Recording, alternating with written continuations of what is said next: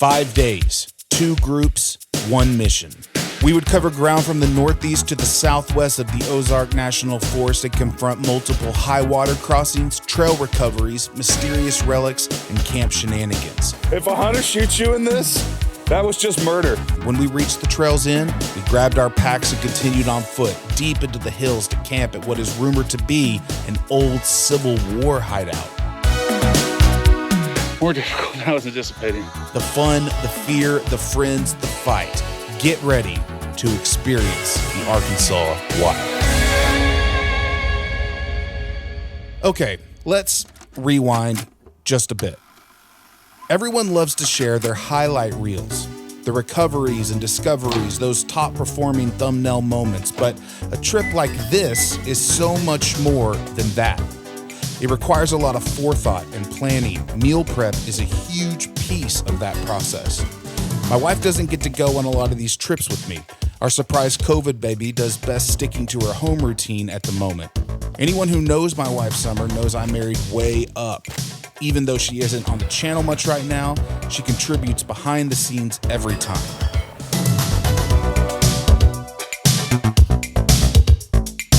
I got an early start Friday and made my way down to Clarksville. There, I would meet up with my buddy Michael and we would make our way north.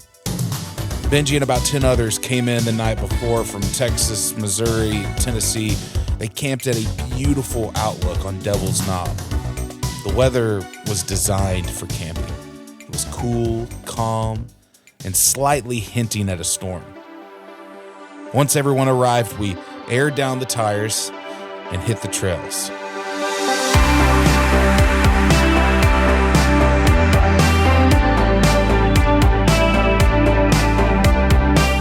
I'm an 80s baby.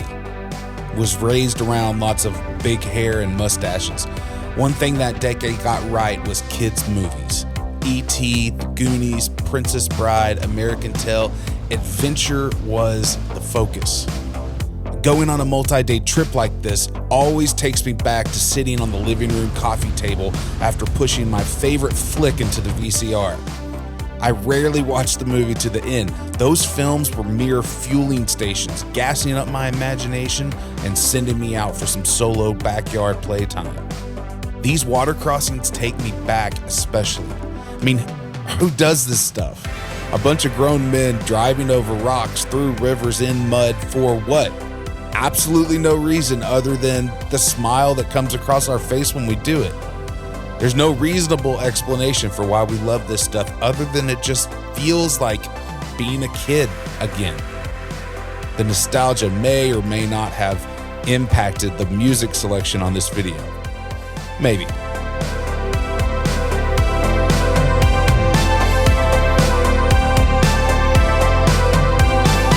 With all the rainfall we had received across the previous weeks, some crossing levels were less predictable.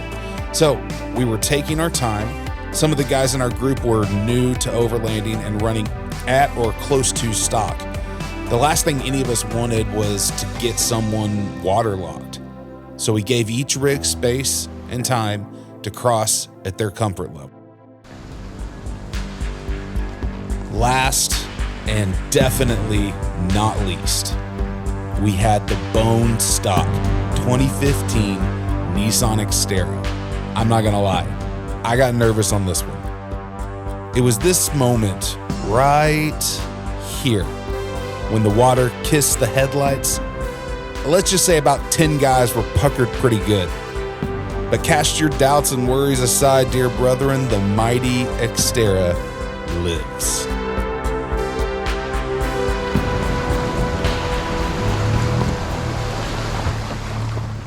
Typically, I prefer to run in smaller groups. The more rigs you have, the longer everything takes. Due to the group size, much of the ground we had hoped to cover on day one had to be cut short as the sun was setting quickly. I didn't get a ton of footage from this day, but my buddy Benji did. Check the description below for links to his 2-part series on the trip. It's really good. The views on this trail near Pilot Rock are just stunning. Unfortunately, Kelly sliced a tire on a protruding rock, which we tried to patch. It lasted a few miles, but ultimately had to be replaced. The process took way longer than we wanted. I'll spare you all the cussing and butt crack. Just know this. It's a full-size rig with an impressive camper and was pushing 10,000 pounds. So jacking that thing up took some time. Eventually, though, we rolled into camp late that night and tried to get some rest. Day 2 was going to be about making up ground, and I, for one, couldn't wait. Close your eyes, hear the voice within, calling. This heavy load got under your skin, hauling. You got the white knuckles holding on it tight, keeping your feelings bottled up inside, heading for a collision and denial. To really live, you gotta die. Breathe in, breathe out. Hey, come alive. Breathe in, breathe out. Look at the colors, colors,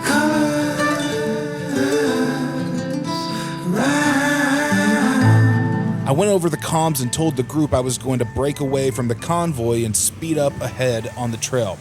The goal was to get out in front, enough to set up my shot so no one would have to stop and wait. I was rushing on a new trail, which was dumb, and I paid heavily for it.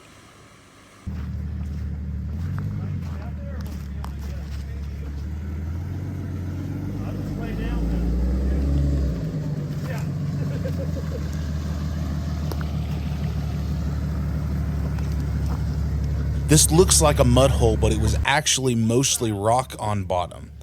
The issue was a few large rocks submerged on the deep side that I couldn't see. When I rolled into the pit, I got high-centered on a rock and couldn't crawl off of it. At first, the door seals were holding up, but eventually, water started making its way in. Even now, this is painful to watch. Well, it's not supposed to look like that.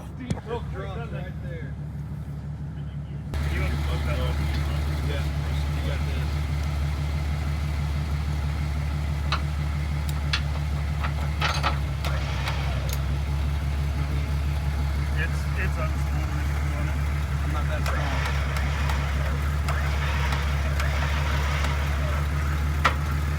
That's probably enough.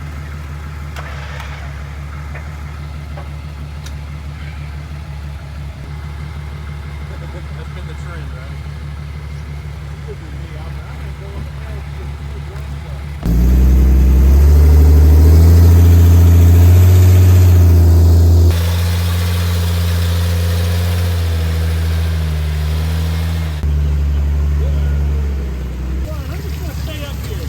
No one wants something like this to happen, but the risk is always there. The truth is, it really wasn't that huge of an ordeal to fix. I used my spare clothing to soak up most of what wasn't drained. When I got home, I hired a detail company to steam and shampoo everything. Today, she looks good as new. But in that moment, it wasn't fun. My mishap, though, was only the beginning, as it would turn out.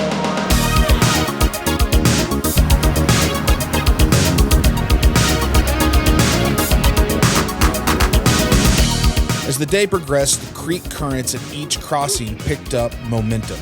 The topography in the Ozarks is such that the water levels can rise quickly. Mountains and hills tend to slope downward on steep angles, which can cause water runoff to feed the creeks and rivers below. It doesn't take a tremendous amount of rain to make some of these crossings impassable. Additionally, even a few days after the rain has subsided, that runoff continues to impact both current speed and depth. Most of us were feeling pretty confident and comfortable. It helps when you see all the rigs handle the water with ease throughout the day. However, feeling confident should never equate to feeling complacent. The second you let that apathy creep in is typically the time when danger strikes. As the last rig approached the crossing, that confidence we all had was soon to dissipate. Our friend Destin entered the water in his Cherokee like he had multiple times that day. Only this time, something went wrong.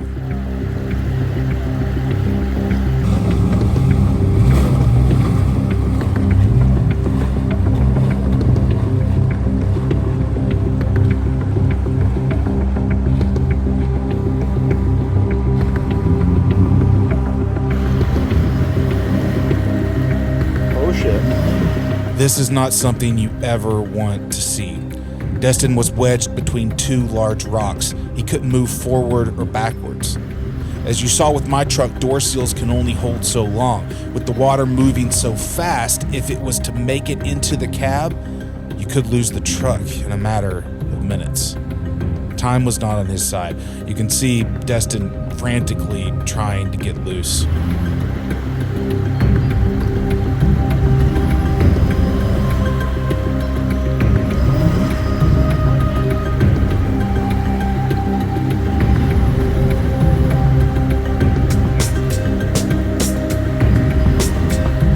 Notice Eli in the background start to run for help. His rig was parked back there, and it was becoming more and more clear that we were running out of time.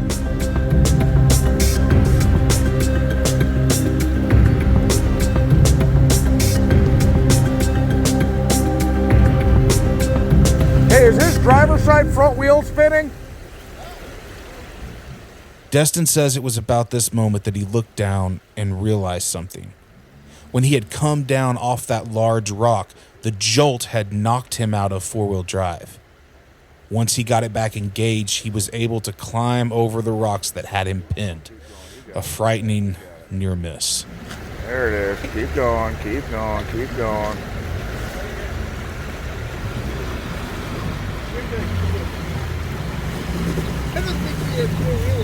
I don't think he did either.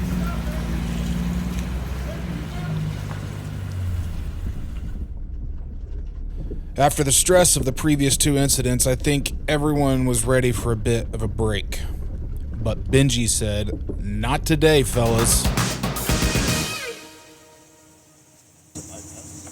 Yeah. You can park by the mountain, too.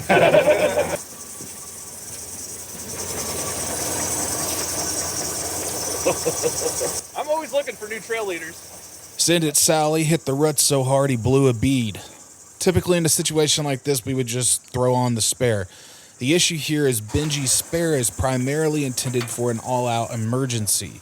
It's not super roadworthy, and there's still a lot of interstate driving he was going to have to do tomorrow. So we needed to figure out a way to get the tire back on the wheel. At the same time as all this was going on, another group of 5 or 6 started coming in from the other direction. They hit a mud hole so deep it waterlogged their engine. They were doing an oil change while we were working on Benji's tire. A narrow trail pushing 20 rigs. This was a mess.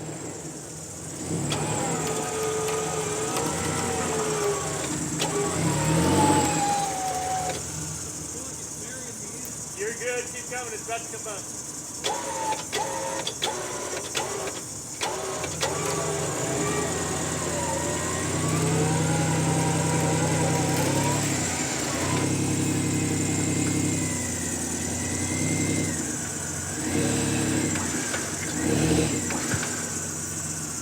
Oh, I gotta pull this in.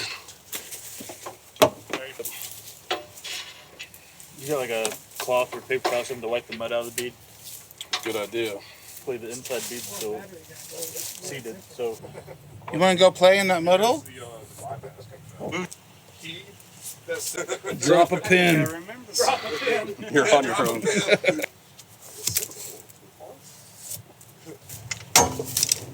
It's been a while. Hey, look. I haven't been around any tundras lately. They're really taking abuse. She's heavy. She'll pop on there, you think? Where's Eli? Gonna pull the valve stem core out, stick the compressor on it. Luckily, the inside bead is still on the wheel, so I'm gonna try to get some air in there and pull it out and see if it'll beat up.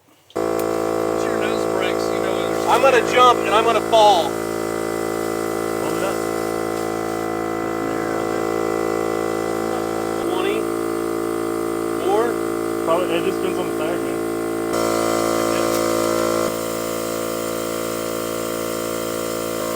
When you're down and out, have a do. First trip overlanding, experiencing this out in the Ozarks. What are your thoughts? It's legit. As we sit here in the mud. It's been an adventure though, but it's been cool. I've enjoyed it. I got to the river crossing was my favorite. Yes, that was epic. That was awesome. I'm basically a professional overlander now. Basically. Use your gauge and $90. Victory at last. The tire was back on, full of mud, but on. Look, you can't be picky out here. The runner was drivable, so it's a win. We spent the next 20 minutes dodging rigs and getting out of this claustrophobic swamp. I couldn't have been more ready for camp and dinner. We were so close, I could taste it.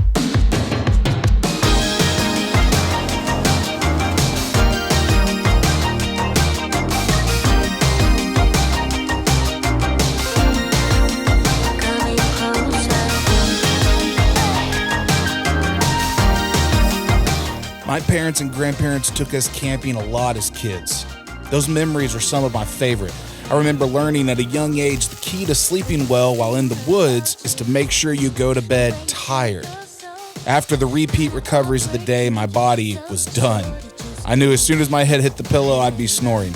Those are some of the best nights camping. Well, it was like you owned it, the stage was yours, didn't want it. It's about the hottest thing I've ever seen. Now when I saw you, knew that Put up some jambalaya. Jambalaya.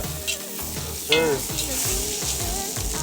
Smells so good. And I'll have a little paperwork with it just for blade care info and stuff. I saw another knife maker that does like a certificate of authenticity, and I was like, that's cool, I like that, I'm going to do that. So that I include all that together. So, and then I've got these belt clips. If you want one, I can include that with this as well. They're just in the truck. Oh, okay. So, Yeah, man. sweet. Yeah, we'll do it up. Awesome, I appreciate it. Sweet. Yeah. ooh, baby.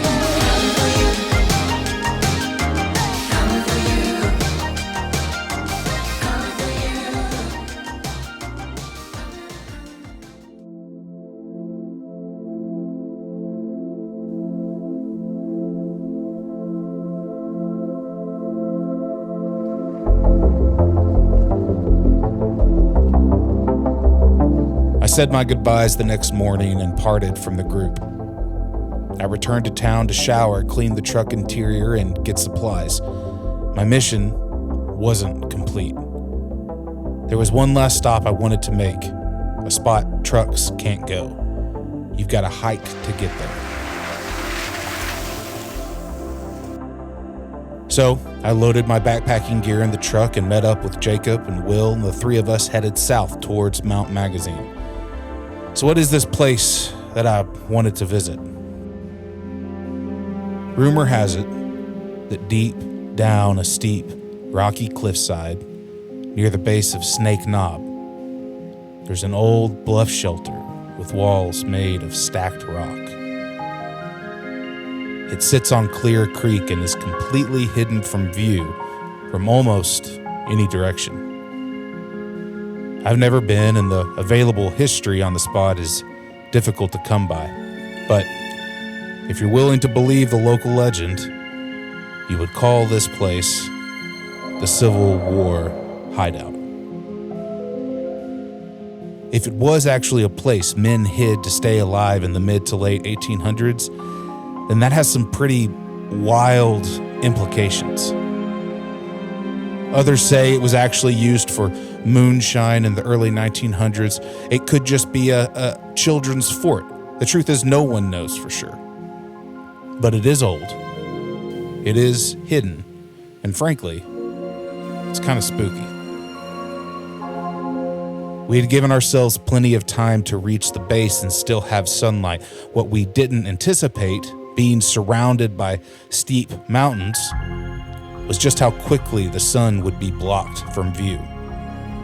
It would be totally dark much sooner than we had expected. We picked up our pace, but not so much as to risk falling. Getting hurt down here, well, let's just say you don't want to do that. We looked for a spot to set up camp, but the area is not conducive for tents. If you camp down here, I highly recommend packing a hammock. There's no level ground anywhere. It's all rocky, difficult to stake. But Jacob and I found 2 rocks that were about as good as we were going to get. So the 3 of us made camp.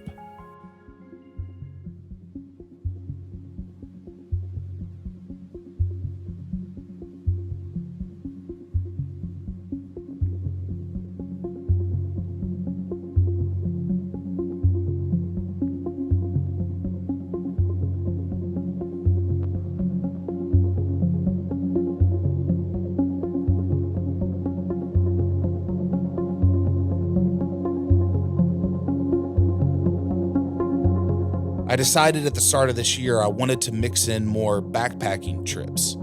Besides the obvious health benefits, there are just so many incredible places in Arkansas that you can't get to in a truck. Sure, I've done my share of the whole park and hike thing, but for me, part of the fun in getting to these super unique remote spots is staying there overnight. Setting up camp in a place most wouldn't, feeling truly off-grid. You can't fully experience Arkansas without taking some trips like this. My kids and I have hiked trails before, and I've seen some beautiful areas that I would have loved to camp at. But it wasn't an option since I didn't bring the necessary gear. This spot is a prime example of what I'm after. I mean, look at it. A big advantage of being off the trails, especially if the hike is more difficult, is that you rarely encounter any sort of trash. The people that litter sites, the bushlight mafia as we call them, are typically looking to put out the least amount of effort possible. I mean, they can't even be troubled to bend over and pick up their beer cans. That crowd isn't going to hike to a spot like this, and that makes it even more special to me. Each rock formation, the falls, the tree coverage, the smells. I think this is what God intended. I love modern conveniences as much as any of us, but sometimes that cloud of comfort can fog out the things that really matter. I'm well aware of the irony of saying all this in a YouTube video. I guess my point here is balance. It's both and, not an either or. Man, what a gift to be here.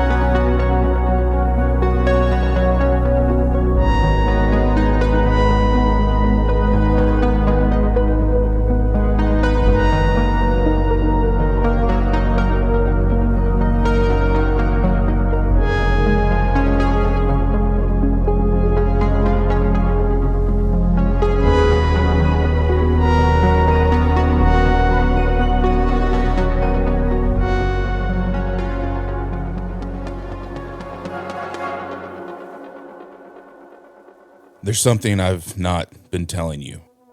Something I saved until now. There's a reason we picked this specific spot to camp. About 30 feet up the hill is the hideout.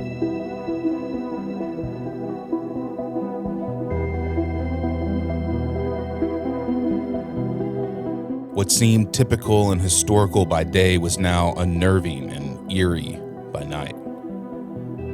I knew I wanted to get shots inside of it, but nightfall had me second-guessing that. Too many 80s horror movies, I guess. But I pushed aside the childish fear, and we proceeded.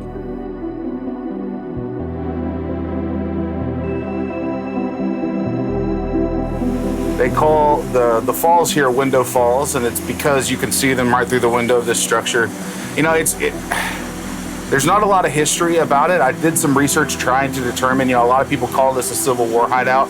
I haven't been able to find anything definitively that says that that's what this actually was.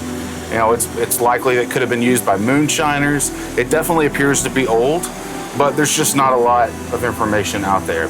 It's hard not to let your imagination run wild though.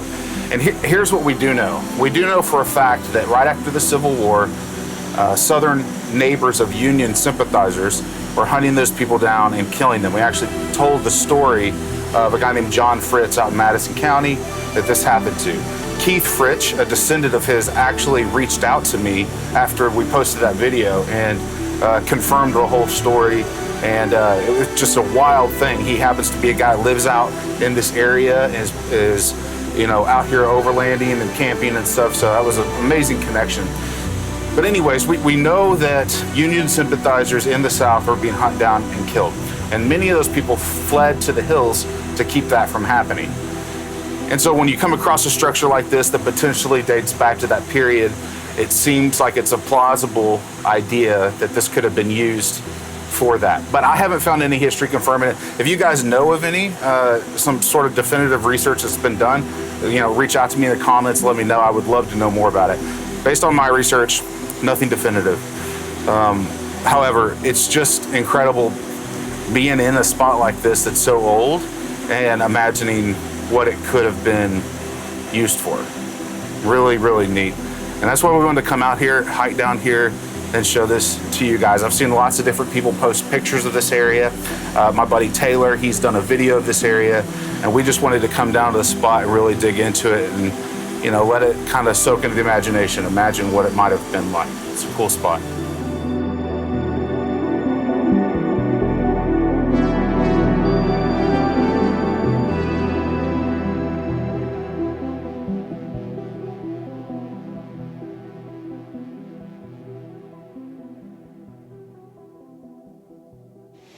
Got some nice white noise of the water running right by here. You know, obviously we're hoping that it doesn't raise and soak us in the night. That would be disappointing. Hopefully we stay dry. See what happens. See you tomorrow.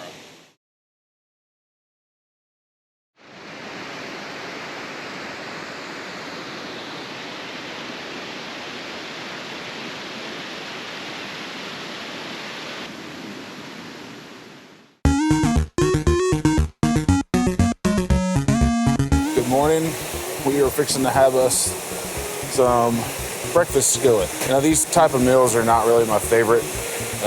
They're really not good at all.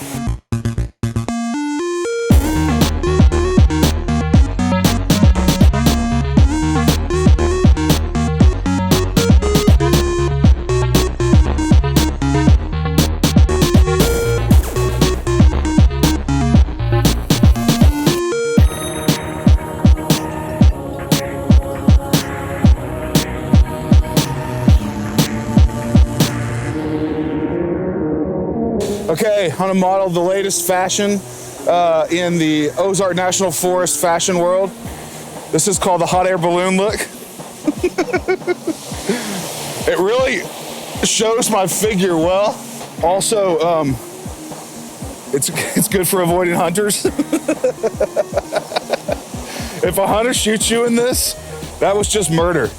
One added benefit is if you jump off a cliff, you will fall slowly. As our journey came to a close, we still had one remaining challenge: the menacing climb back up.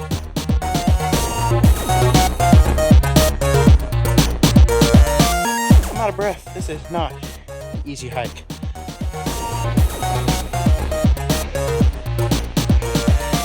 How steep?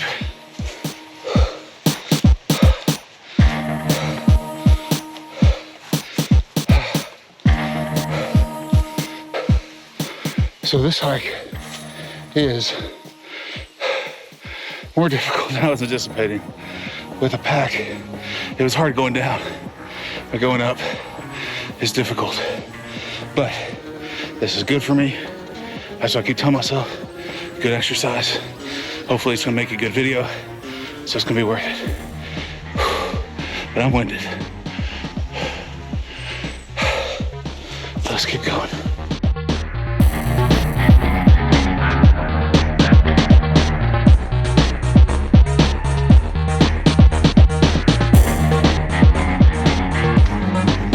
Oh, see the The end is near. Made it back to the truck. I am super out of breath. So stoked that I got up that hill. I had more than one person, can't even think, more than one person tell me that I would not be able to do that. And I am out of shape, need to get in better shape. And part of that is doing hard things, like Jay from Budget Overland says. So we did it. Jacob offered to go get the truck early to come back and save me. I said, no, I want to finish. We did. I'm glad I did it. And so yeah, you guys should come check this place out. It's super cool, absolutely beautiful. It is a difficult hike, especially if you're backpacking, but I mean, do it and you'll be glad you did. If you want to watch another video, you can check out this one or this one. Thanks again, and remember, the more you camp, the less deer the aliens abduct. Good.